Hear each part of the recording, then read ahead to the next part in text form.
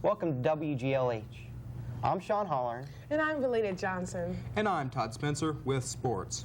Well, here we are. It's the second week into the new year, and I still find myself writing 1987. I not only have trouble every time we change years, I have trouble with every time we change months. Well, Sean, some of us do die harder than others. Are you saying I'm a die-hard? No, Sean, that's a battery. I think she's saying it just takes you a little longer to adjust. Longer to do what? Longer to adjust to change. Oh. Well, now that we have that out of the way, why don't we watch the previews? Okay, let's.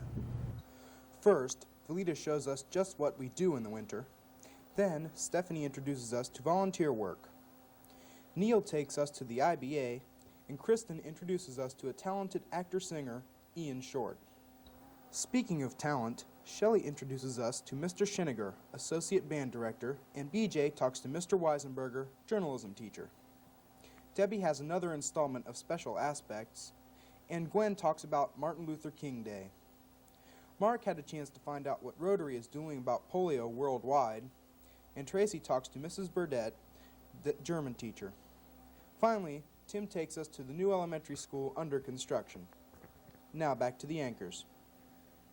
I really enjoy doing the story on winter pastimes. Let's watch it first. Although the winter season doesn't seem promising, you can always turn things around. Try attending a Lady Lion basketball game here at home.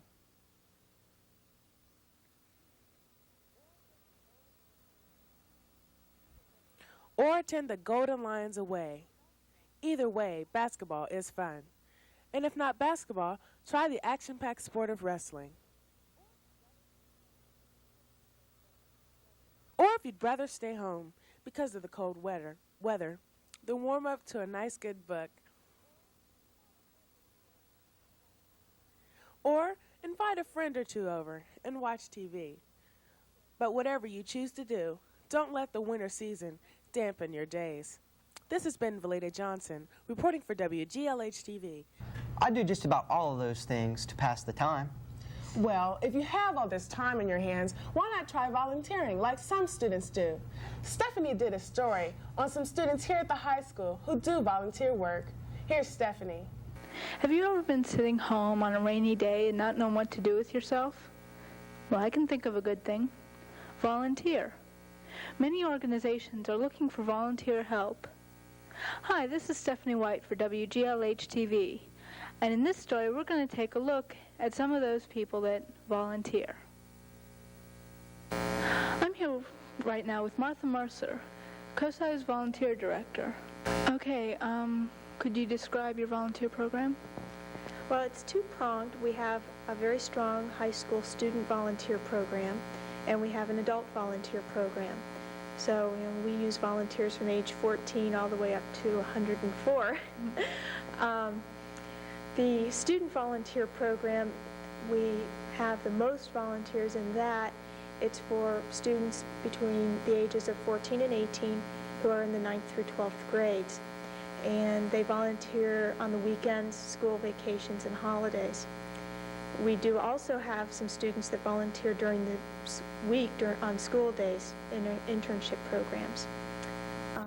I then asked Martha about the rewards students and adults got for volunteering. Here's what she had to say. I think primarily they get the reward of giving to their community. It's a real sense of accomplishment when you see the ecstatic look on a child's face when they finally understand something. When they get to pick up a small rat and hold it in their hand and pet it, and they've never held an animal before. I think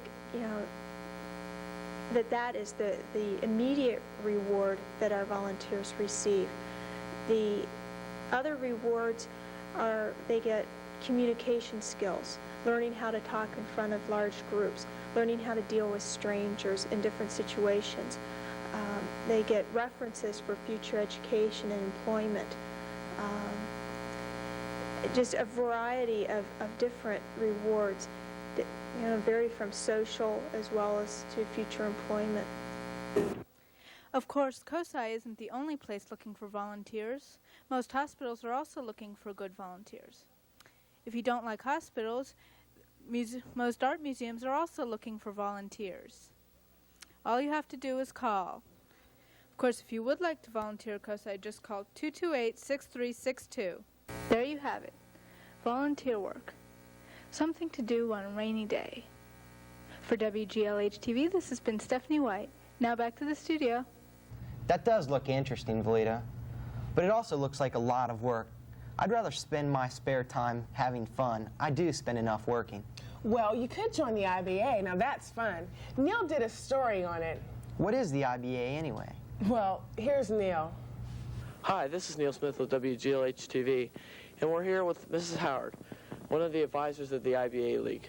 We're going to be doing a 4-part series on IBA, Intramural Basketball Association. Mrs. Howard, when was IBA started? Neil, we've probably had some form of IBA or intramural competition for at least 25 years here at the high school. Okay, and why was it started? Basically to give those students who did not want to participate in organized athletics a chance to engage in some type of activity. Okay, and how do you decide what the divisions are for IBA? Basically what we try to do is split it up according to grade, with our seniors being in the A League, juniors in B, sophomores in C, and freshmen in D. Sometimes we flip-flop things back and forth a bit to accommodate and equalize ability. Okay, and what is participation like? It's been excellent. We have probably 300 to 350 students participating in our intramural basketball program. This year, our volleyball program was up very, very good, too. We're here with Mr. Morrison, the second advisor. Who is eligible to play IBA? Everybody in school is eligible in the males. The females would be eligible if there were enough of them to form a league. Okay, even if you play basketball for the school, are you eligible to play? You're eligible to play even though you have played basketball, but we have a rule that you cannot have any more than 2 former basketball players on a team on the floor at the same time. What can you think of to improve the league? Well, we could probably improve if we had better officiating, being that Mrs. Howard, Mr. Langhouse, Mr. Dean, and myself all referee the games. We also have student officials. Other than that, if we could get more gym time and a better gym time, we have to come in after the athletic teams. Consequently, we play later on the evenings. Morrison, what do you think students get out of IBA? Well, they have a sense that they can form their own teams. They get some time to participate. They get some time to show some of their skills. And they get a little pride in winning and getting a chance to play the faculty in the playoff game. We're sorry, but Mr. Langhouse was not available for an interview at this time. But next week, we'll see A and B League play. That does look like fun, but my height's not really conducive to play basketball. Well, maybe you would be interested in the arts. The what? You know I can't draw. The arts are not all drawing, Sean. Ian Short has been very successful in the arts. He's in drama. Kristen has a story on it. Let's watch. Hi, my name is Ian Short. I'm from Gahanna Lincoln High School, and I'll be doing 2 auditions for you today. The first is Swing Low, Sweet Chariot, and the second is Eugene Morris Jerome from Brighton Beach Memoirs. Swing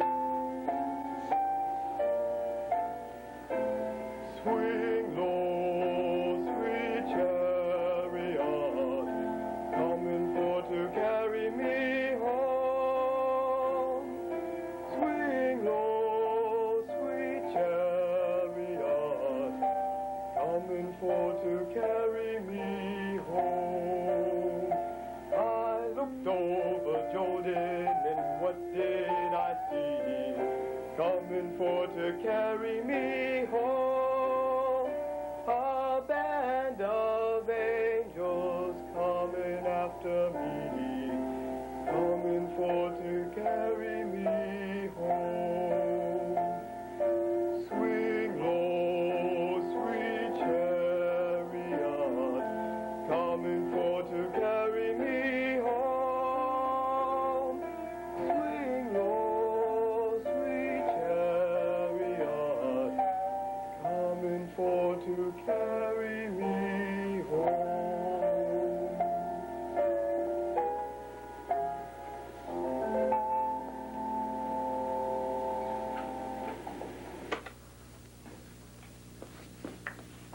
Bottom of the 7th. 2 balls, no strikes. Ruffing checks the runner on second.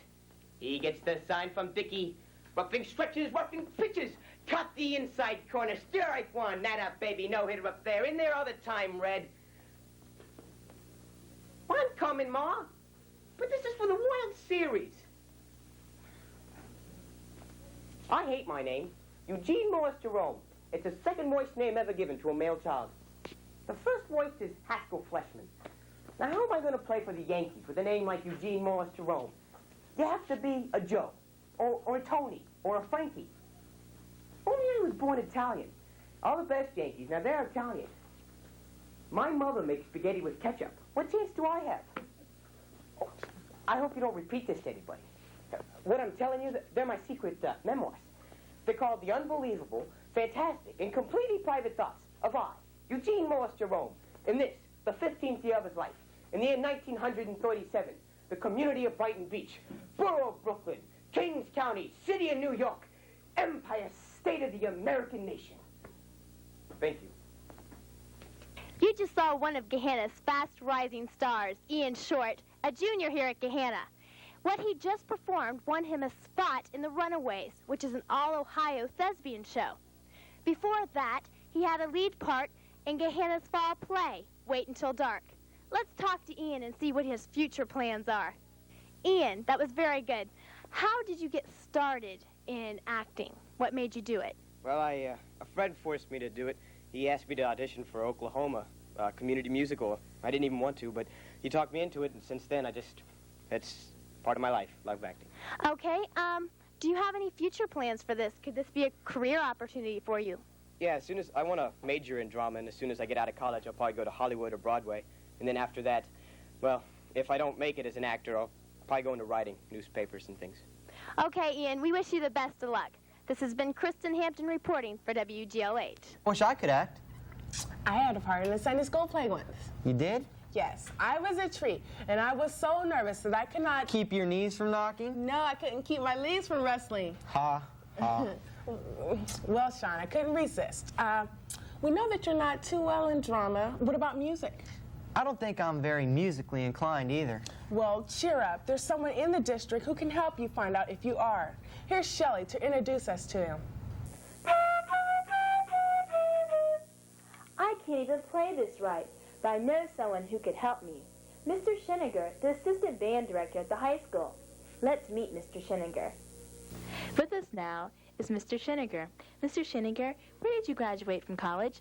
I went to Bowling Green State University. I studied music there for 5 years. For 5 years. What was your specialization? I started out in music performance, and under the advisement of my instructor there, he thought that I ought to study music education, mainly because if I had a degree in music performance and I didn't make it as a performer, I wouldn't have anything to fall back on. Do you like Gahanna? I really like it a lot. The people here have been real receptive to me, and I especially enjoy working with Mr. Shellhammer and Mrs. Ballard because they're both very, very knowledgeable people in the field of music education. What responsibilities do you have as Mr. Shellhammer called it associate director instead of assistant director? My responsibilities basically call for me to direct the bands at Middle School West. There's 3 grade levels at Middle School West, and I direct the 6th, 7th, and 8th grade bands. And then my second responsibility is to work with the high school bands along with Mr. Shellhammer and Mrs. Ballard. And then all 3 of us team teach in the 5th grade with the beginning instrumental people. But you could say that I'm the director of bands at Middle School West, just like Mr. Shellhammer directs the bands here at the high school and Mrs. Ballard does Middle School East. I understand that you have been working intensely with the percussion section of the high school band. Could you tell me some goals or plans that you have set out? Well, for this year, with this year's percussion section, we're planning on going to solo and ensemble contest and performing there. I'm also teaching percussion lessons individually to a lot of the students, and some of them will be playing solos, as well as being in the ensemble at solo and ensemble contest. Now, in future years, once we build up our reputation and keep improving with the personnel, the people that we have in the ensemble, and gain more people, we might be able to perform at different conventions or different clinics in the future. But for right now, we're just getting started, And the group that I have right now are really good students, work very hard, and they play very well. I had the opportunity to speak with Josh Berkheimer, Jr. Our attitudes have changed. He's made us want to play, and I think it's brought a lot of unity to this section this year. What other improvements would you like to make at the Gahanna school system, the music department, or some goals that you have set out outside of the percussion section, which you've already explained? I guess my biggest goal is to maintain a real top-notch group at West, to keep the bands there going really strong, to have some good, solid players, so they can replace the people who graduate here at the high school.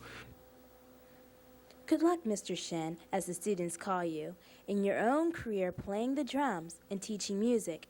We at Gahanna Lincoln are pleased to have you and hope you will be with us years to come. This has been Shelley Tillery for WGLH. Back to the studio.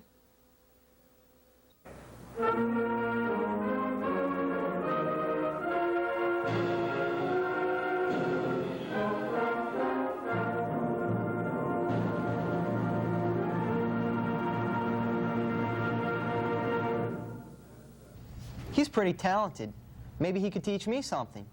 Well, I don't know. We have other teachers here who are multi-talented. Here's BJ with the story. During the school year, Gahanna Lincoln High School students are kept very well informed by their school newspaper, The Lions Roar, and their school yearbook, The Pride. The reason for this is due to the excellent teaching and leading of the well-known journalism teacher, Mr. David Weisenberger. This well-known teacher is not only known to the Gahanna students, but also to people around the state.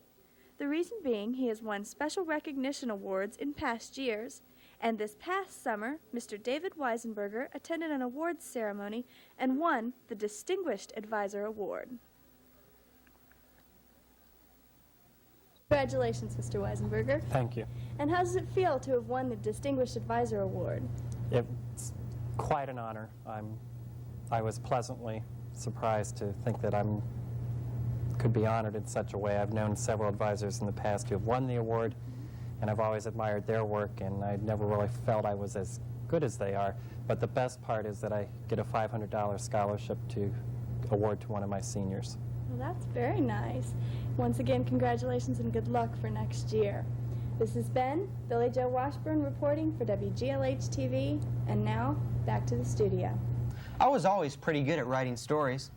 Maybe I could take journalism also. I don't know, Sean. If you're going to make your mark in the world, you better get started. There's students here at the high school who are well on their way. Here's Debbie.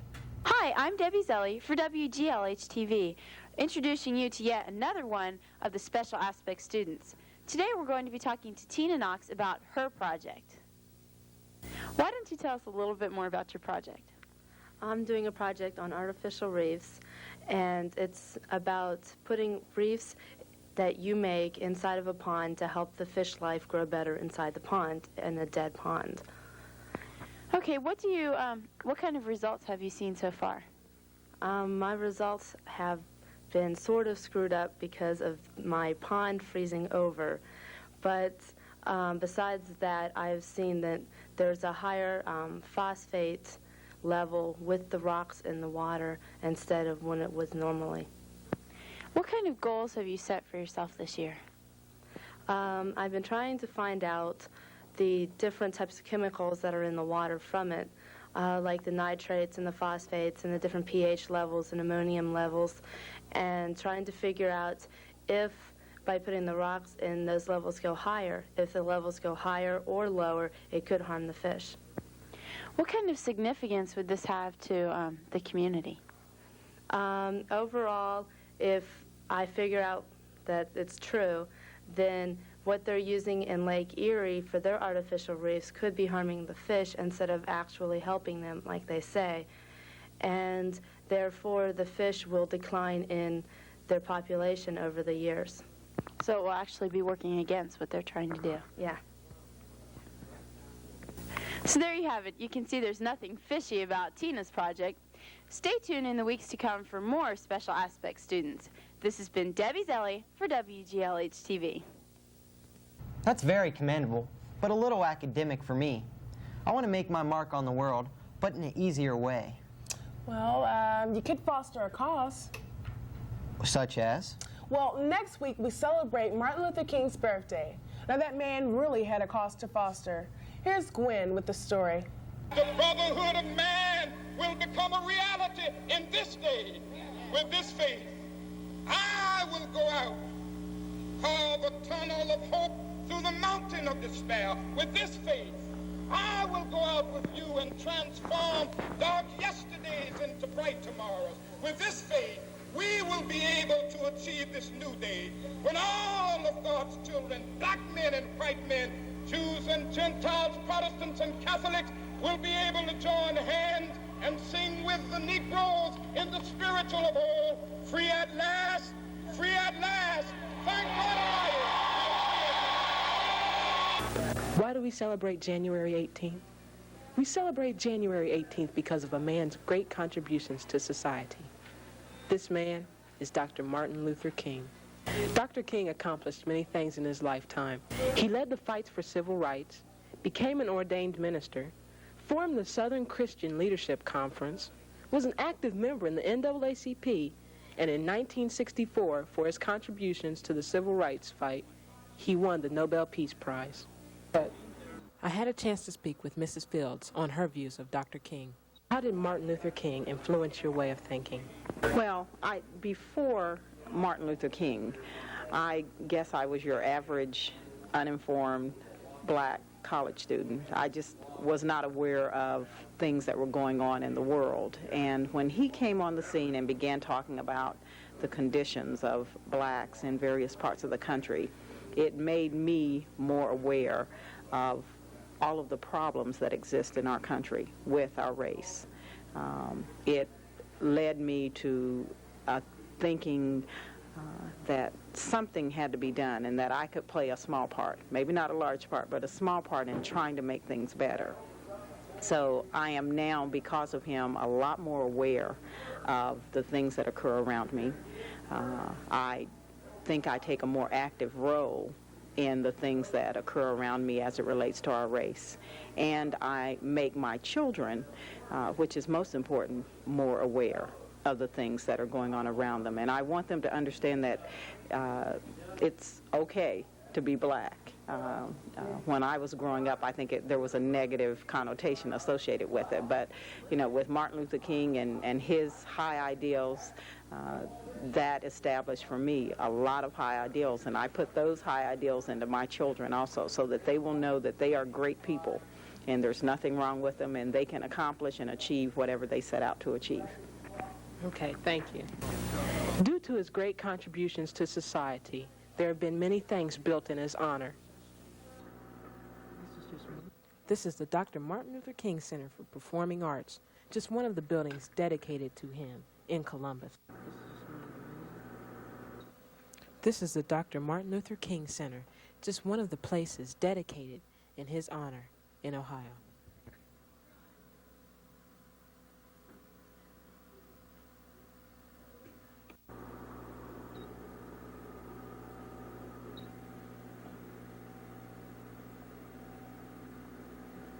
Thank you, Dr. King, for your many contributions to our society.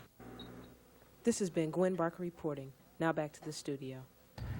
The cause he fostered was a good one. You know, when problems arise, people get all excited and tense. And then when someone comes along with a solution, we all relax. I know, and many times we believe that the solution is our panacea. Yes, years ago, people struggled to find a cure for polio. And after it was discovered, we all relaxed. We had found our panacea. Except that there are still people suffering from polio all around the world. And Rotary International has decided to do something about it. Here's Mark with the story. Hello, this is Mark Mass, and I'm at Gahanna Rotary to take a look at a new project that Rotary International has undertaken, Polio Plus. For my generation, polio is a word that we really don't know much about. For my parents and grandparents, it was a serious disease. But many of America feel that polio is a disease that's long gone. But actually, that's not true. Polio is all around the world, and Rotary has a special project. With me today is Mr. Taylor. He is the chairman for Gahanna's Polio Plus project. Mr. Taylor, thank you for joining us today. What exactly is Polio Plus? Polio Plus is a project that's been undertaken by Rotary International to try and immunize the children of the world against polio. Rotary International and Rotary of Gahanna have truly held up to their idea of service above self, especially with this new project. Here's Mr. Taylor with some of their goals. Right now is to actually worldwide immunize all the children of the world. That could cost as much as $1.5 billion a year. But right now what the Rotary is focusing on is the polio end of Polio Plus, and they are committed to raise $120 million over the next 5 years. Gahanna really hasn't stated its goal at this time. The International, because of our club size, has said that we should be able to raise $10,000. We currently have commitments from the club itself, members of the club in our projects, of over $15,000. And as we look at a 5-year commitment, we would expect it would not be unusual to raise $100,000. Polio Plus, a major undertaking for Rotary International and also Rotary in Gahanna. In the next few weeks, this project will be growing and growing, and as the project grows, we hope to bring more and more about Polio Plus to you. It's a great adventure, so please come back and tune in again and find out more about Polio Plus. Moving right along is a good lead for you, Todd. What's new in sports? Well, moving right along does best describe the girls' swim team. The girls are sporting a 5-0 record right now with a 93-65 win over Westland. And the boys also had a very impressive victory over Westland, 114-40. That's what I call impressive. Basketball is also another big number here at the high school, and here's Amy with more.